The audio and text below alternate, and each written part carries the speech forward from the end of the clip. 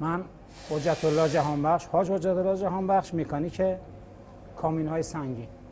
از تازگی هم نصب میکنیم دستگاه های رداکس ها رو کامین های مختلف. یه چند تاشم نصب کردیم که میتونیم از نظر مکانیکیش بهشون توصیه کنیم، ولی اون راننده‌ای که بسته و رفته و مصرفش اومده پایین، حتی مثلا یکیش راننده هوایی که باشه یکیش راننده بنز، بازم حرفای همه حالشون نمیشه.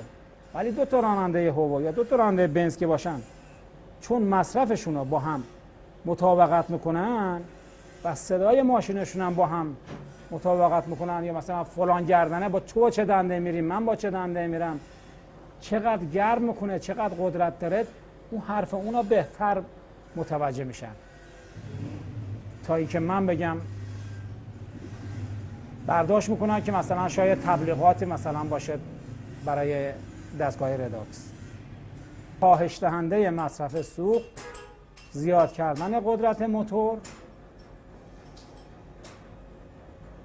و نرم کار کردن موتور از همش مهمتر است، چون اولین نصب بود و به فرمولش وارد نبودیم.